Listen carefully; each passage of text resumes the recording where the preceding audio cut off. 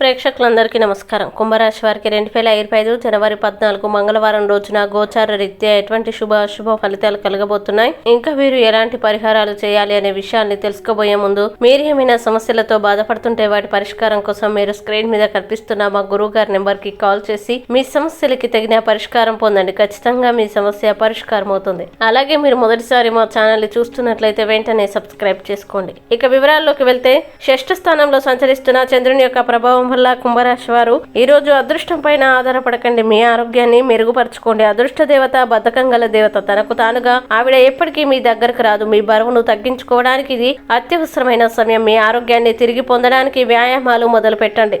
ఇతరుల యొక్క సహాయ సహకారాలు లేకుండా మీరు ఈ రోజు ధనార్జన చేయగలరు. మీరు కోరుకున్నట్లుగా మీ గురించి అందరి శ్రద్ధని పొగడగలిగినందుకు గొప్ప రోజు ఇది. దీనికోసం మీరు ఎన్నో విషయాలను లైన్ అప్ చేసి ఉంటారు. ఇంకా మీరు తీర్చవలసిన సమస్యలకు పాటించాల్సిన విధాన నిర్ణయం చేయాల్సి ఉంటుంది. మీ లవర్తో బయటకు వెళ్ళినప్పుడు మీ ఆహార్యంలో ప్రవర్తనలో సహజంగా ఉండండి. మిమ్మల్ని దగ్గరగా పరిశీలించి చూసేవారికి కుతూహలాన్ని కలిగించేలాగా మీ స్టైల్, అసమాన రీతిలో పనిచేసే తీరులను, మీ పని నైపుణ్యాలను మెరుగుపరచుకోవడానికి కొత్త చిట్కాలు, టెక్నిక్లని అవలంబించండి. ఈ రాశిలో ఉన్న వివాహితులు వారి పనుల్ని పూర్తి చేసుకున్న తర్వాత ఖాళీ సమయాల్లో టీవీ చూడడం, ఫోన్ తో కాలక్షేపం చేస్తారు. ఈ రోజు మీ వైవాహిక జీవితంలో అంతా ఆనందమే కనిపిస్తూ తాండవిస్తూ మిమ్మల్ని ఆనందింపజేస్తూ ఉంటుంది. ఇక కుంభరాశి వారు ఈ రోజు వచ్చే ఇబ్బందుల్ని అధిగమించడానికి, అనుకూల పరిస్థితులు ఏర్పడడానికి నవరత్న మాలిక స్తోత్రాన్ని పారాయణం చేయడం, అలాగే దగ్గరలోని అమ్మవారి దేవాలయంలో అమ్మవారికి కుంకుమార్చన చేయించడం వల్ల విశేషమైన శుభ ఫలితాలని పొందుతారు. ఈ వీడియోని లైక్ చేయండి, షేర్ చేయండి. మరియు మీరేమైనా సమస్యలతో బాధపడుతున్నట్లయితే వాటి పరిష్కారం కోసం మా గురువుగారి నెంబర్ కి కాల్ చేసి